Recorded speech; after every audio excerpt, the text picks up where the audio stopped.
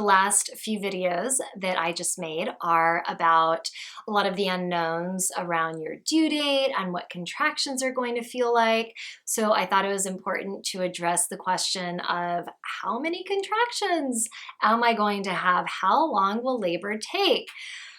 Oh my God, I wish there was like this solid answer to give women. I wish that I can say that all first-time moms have a 9-hour labor, second-time moms 5 hours, but we just don't know. I mean, typically moms that have already had a baby have shorter labors, but that's not always true.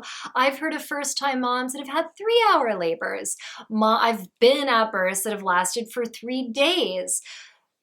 There's no one set answer to how long labor will take. Even if you're induced, there's no guarantee that the induction is going to work.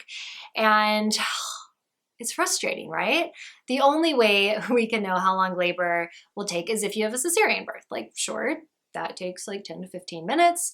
But beyond that, there is no set answer, which can be so incredibly frustrating, especially when we're in active labor and it feels like it is taking every fiber of your strength and courage to get through a contraction. It can feel like, oh my God, like I don't know how many more of these I can handle. It can be really, really overwhelming.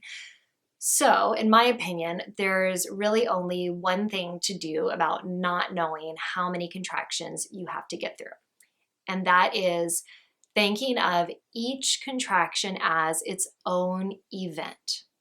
So instead of focusing on this endless stream of contractions, think all I have to do is get through this one contraction. That's all I have to focus on.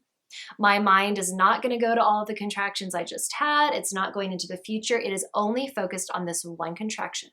So I'm going to breathe. I'm going to get into the position I need to. I'm going to do all I need to do to just focus on this contraction that's coming. When it passes, all you need to do is rest, relax, drink some water, press the reset button, and then do it all over again in this new little microcosm. So each contraction is its own little world, and that's all you have to focus on. And beyond that, just allowing yourself to fully surrender to the contraction, telling yourself, I will get through this, because you will. As intense as the contractions are, it's not going to kill you. It will end. That's why when you look at a reading of contractions, it looks like waves. They go up, they peak, and they come down, and you get a rest, and they go up again.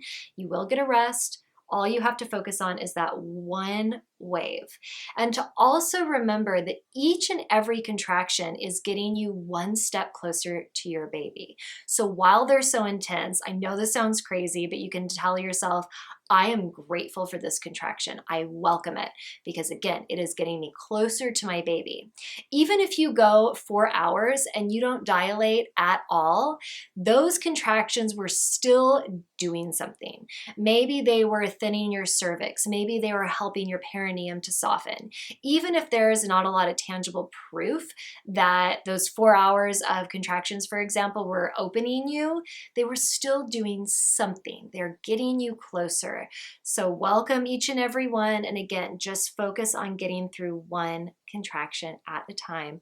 And I promise you, you will eventually have your baby. I hope this is helpful. If you have any other questions about childbirth, pregnancy, early motherhood, ask them in the comments below or email me at the email address below.